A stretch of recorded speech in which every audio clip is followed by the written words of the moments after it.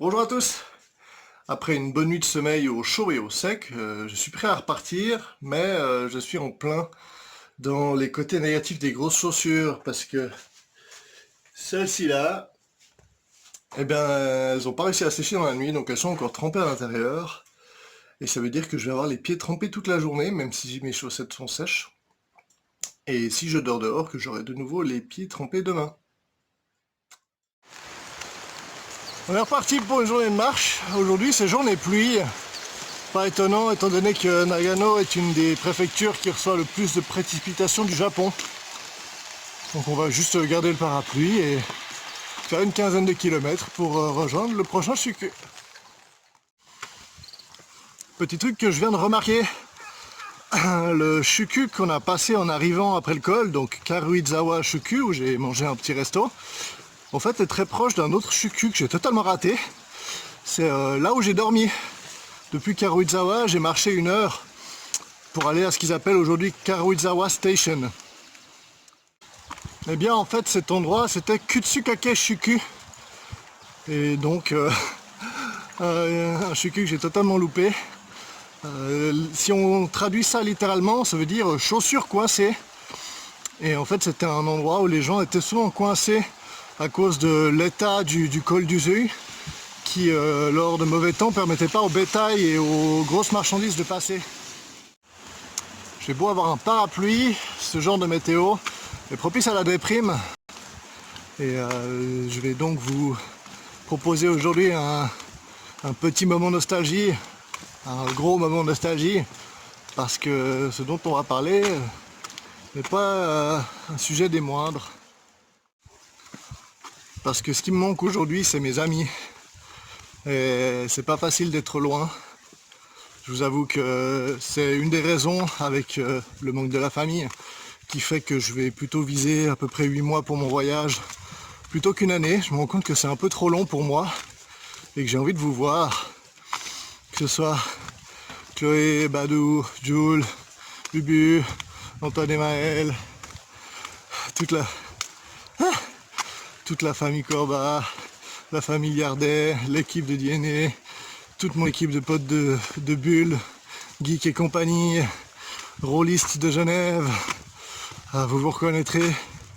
En tout cas, la liste est trop longue pour tous vous citer, mais vous me manquez. Ça me fait extrêmement chaud au cœur de savoir que certains d'entre vous me suivent. Toutes vos petites attentions, vos petits commentaires, c'est des boosts au moral conséquents. Et je me réjouis de pouvoir venir vous voir, échanger une bière et parler de la vie une fois que ce satané confinement sera terminé et qu'on pourra repartir sur de bonnes bases. Prochain arrêt, Oiwake Shuku. Aujourd'hui je suis vraiment amoureux de mon parapluie. Il transforme l'expérience de marcher sous la pluie, qui habituellement est plutôt misérable, en quelque chose d'assez gérable en fait, d'assez agréable. J'ai le bas des jambes qui va facilement être mouillé, mais le reste est au sec et ça m'évite d'avoir le sac aussi qui se trempe. J'ai quand même mis la couverture. Donc définitivement un des meilleurs investissements et une des meilleures additions à mon équipement cette année. Pour ceux qui se demandent, j'ai pas de kit de fixation spécial pour ce parapluie. J'ai juste une sangle là dans laquelle je glisse le bas, qui l'évite de bouger trop. Et ici j'ai mis de la paracorde, j'ai fait un clove hitch, donc un nœud constricteur. Enfin non, c'est pas un clove hitch, c'est un peu plus serré qu'un clove hitch, ça s'appelle un constrictor knot. Et c'est difficile à enlever, mais ça tient tip top, et vu que ça glisse, ça me permet de ne pas avoir à le réajuster tout le temps. Ouais, une fois toutes les heures à peu près. Et ouais, ça suffit pour l'instant. Pas très pratique quand je dois enlever le sac malheureusement, mais on peut pas tout avoir. Le plus important étant que ça me protège en me laissant les mains libres pour prendre des photos, pour tenir mes bâtons de marche, ou faire ce que je veux. Et j'ai le plaisir de vous présenter Sherlock Holmes, responsable de mon expression favorite de ces dernières années. No shit Sherlock. Et voilà, nous quittons Oiwake-shuku. Ici, vous pouvez voir, c'est un musée des 69 stations du Nakasendo qui est malheureusement fermé. Et donc, je ne peux pas aller visiter. En avant pour la prochaine. Me voilà à Otai-shuku. La marche se passe bien. De nouveau pas mal de routes. Il pleut non-stop, mais heureusement j'ai mon parapluie. Donc on va continuer vers notre prochain point qui sera sûrement le dernier du jour. Petite pause alors que je suis arrivé à Iwamurada-shuku. Devant un petit temple, ma foi, très sympathique.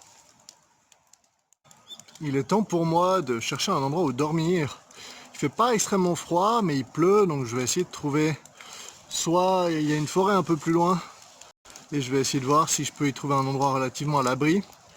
Ou alors, parfois il y a aussi des bâtiments abandonnés à droite à gauche, où je pourrais poser ma tente sous un auvent ou quelque chose. Et si je trouve vraiment rien d'ici 1 heure, je regarderai ce qu'il y a comme hôtel. Alors j'avais trouvé ce petit coin sympa, à l'abri, qui aurait été nickel dans un parc, sauf que je viens de réaliser qu'il est encore tôt et que je pourrais encore marcher quelques kills. Du coup tant pis, je vais marcher encore un bout et essayer de trouver autre chose. Et nous voilà à Shiodana-shuku. Et il est l'heure d'aller chercher un endroit où dormir. Ce shuku était connu pour ses ponts.